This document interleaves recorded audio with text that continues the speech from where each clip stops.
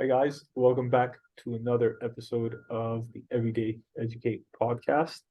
I'm joined today with Tom. How's it going, my friend? It's going good. How are you? Awesome, good, doing well. Where are you based out of? I teach in Buena Park, California. I teach for a public school district out there.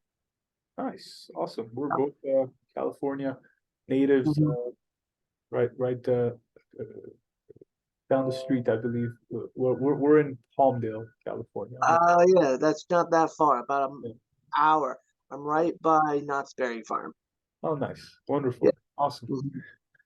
Cool, man. Well, thank you so much for jumping on. I Yeah. know you mentioned you're on break, so we have some Mhm. time. We can kind of cover all bases, but maybe a little background about Yeah. yourself, how you got into education, and then we can kick it off. Yeah. So I am a special education teacher. I Most of my family are teachers. Like both my grandparents are teachers. Oh, wow. I have an aunt who was a superintendent in Kern County. I have an aunt who has been a secondary teacher in the same room for almost 20 years. Um, and so like teaching kind of like is a part of my family. And then I started volunteering at a sleepaway summer camp for adults and kids with developmental disabilities when I was in high school. It's called Rad Camp. Um, and that got me really wanting to just work with people with disabilities. Amazing. Wow. So you guys are a family of teachers, and I'm sure there's a passion instilled in that. How Yeah, have you yeah. been It teaching? makes teaching like Thanksgiving is a lot of fun. We just all talk about our kids. Amazing. I love Yeah. that. How long have you been teaching? This is my fifth year as a teacher, but I was an instructional assistant at the same school I'm teaching at for 2 years before that. So I've been teaching with kids for about 10 years. Um, and yeah, it's fun. Awesome. Got another 30 to go. Amazing. I love that. Maybe walk us through your journey, um, uh, especially with special education. As you know, our company focuses on developing the sensory products, physical fidget products for kids with disabilities, ASD, ADHD, sensory processing disorder. But I would love to know it from your background, how the how you got into the classroom and how now the dynamic is with the students within the classroom. Maybe just a Yeah, quick. Yeah.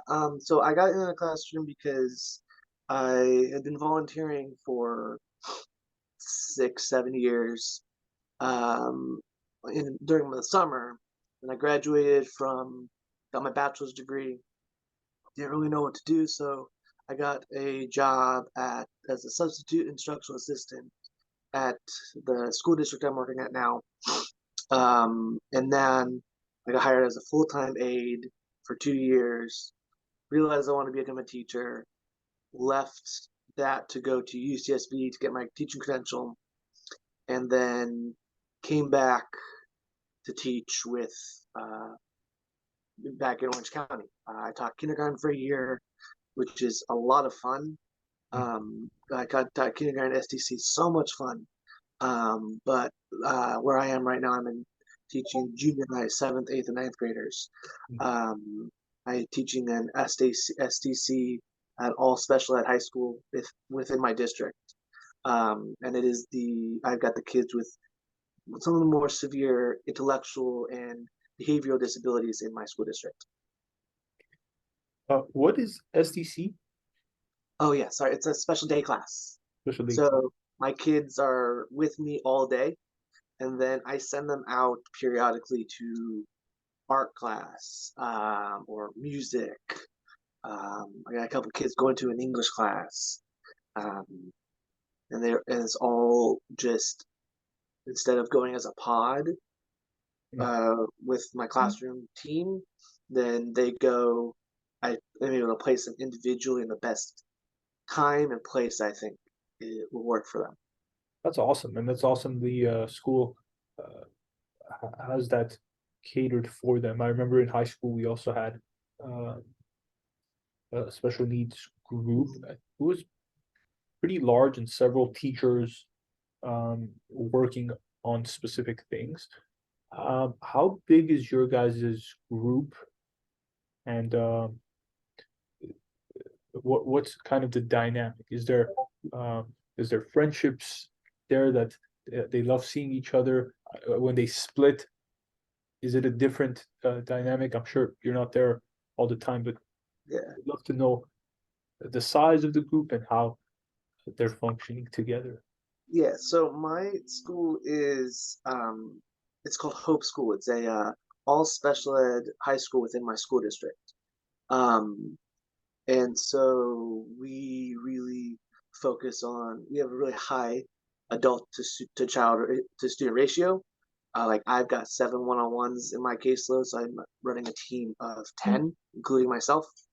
Um, and we all work as a team, and like there's a lot of my kids don't necessarily have a ton of friendships within. That's one of the things that we're really working on.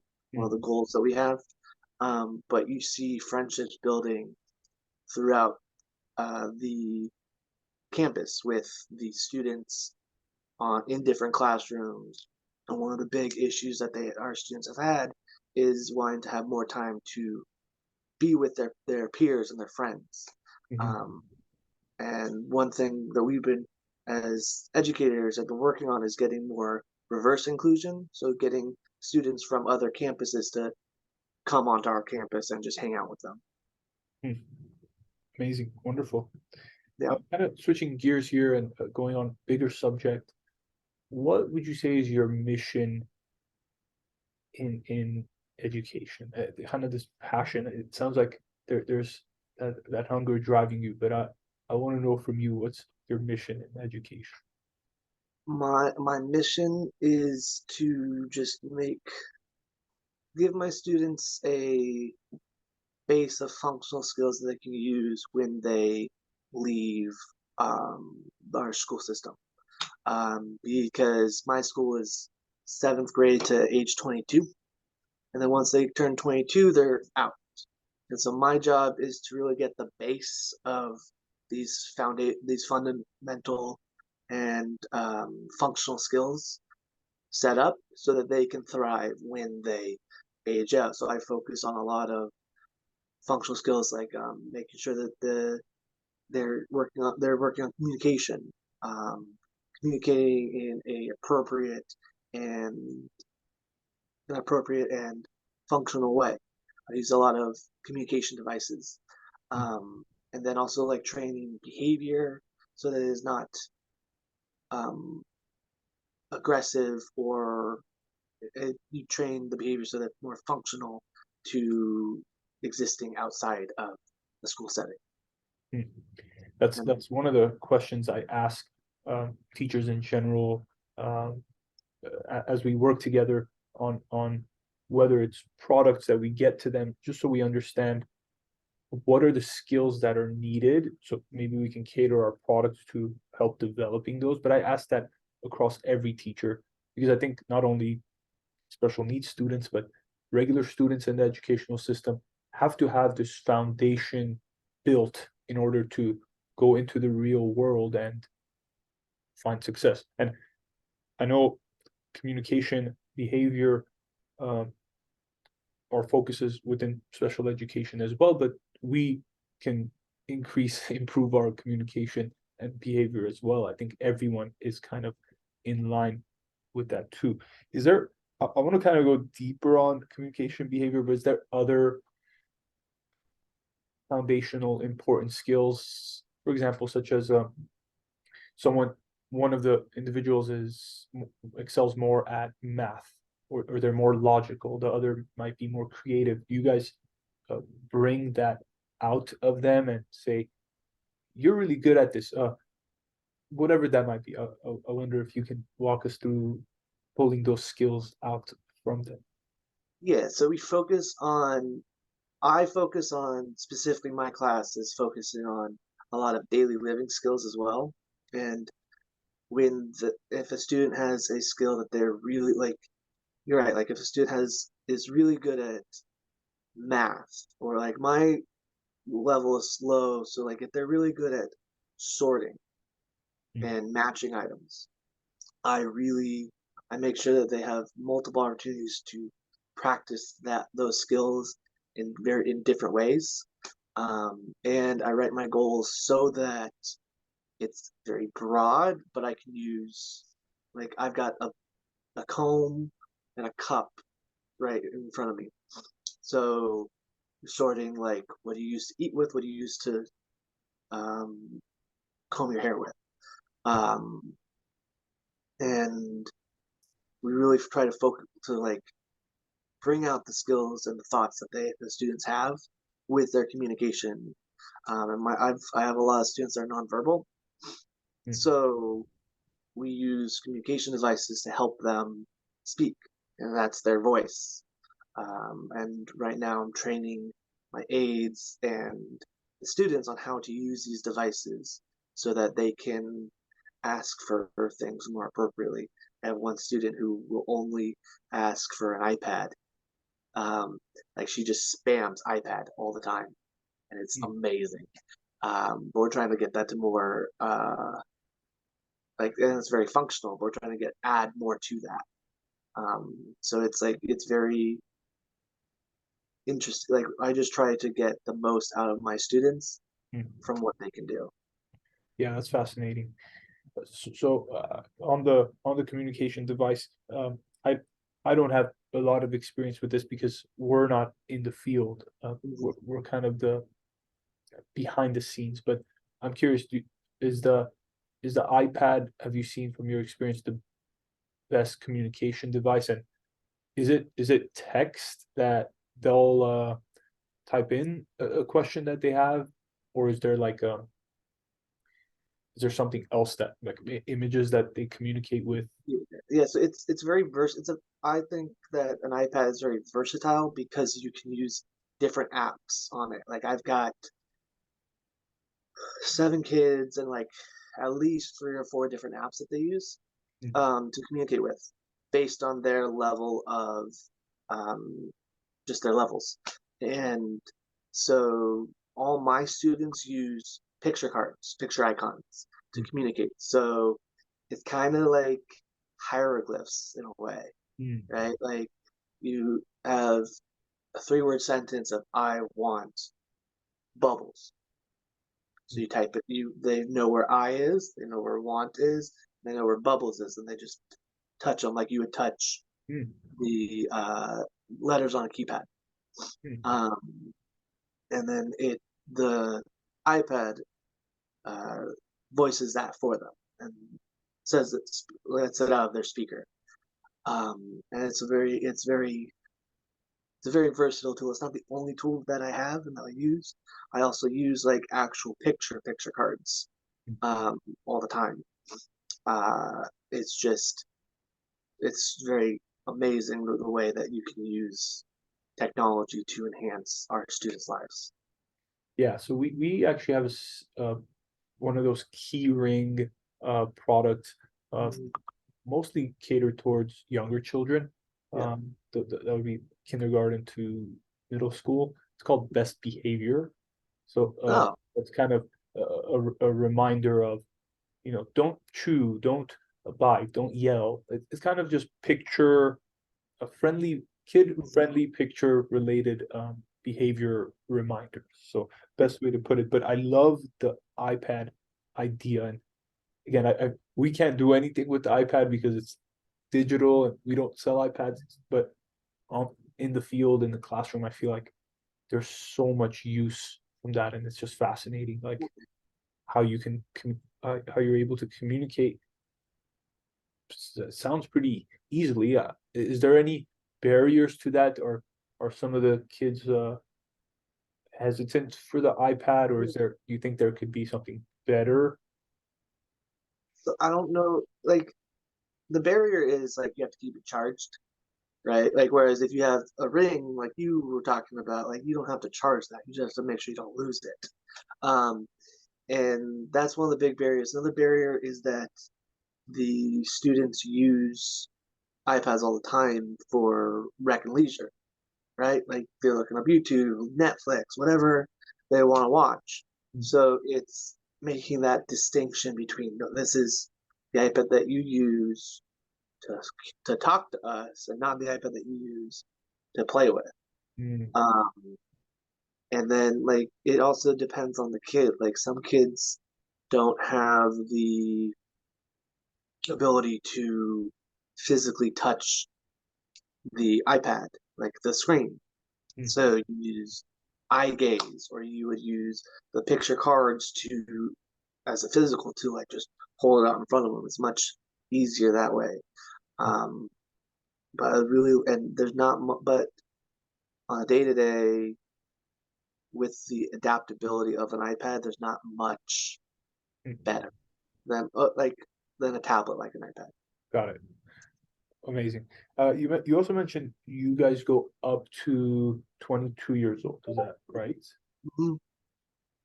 So, what happens after 22? Like what's ideal scenario? I know you mentioned uh functional skills for the real world. So let's say ideally a 22-year-old has gone through your guys' school, your program, worked with multiple teachers. What's a ideal scenario for them? I know it could be different for each one, but are they at a position in the real world? Maybe they have a job, a function. What's kind of the goal at post 22?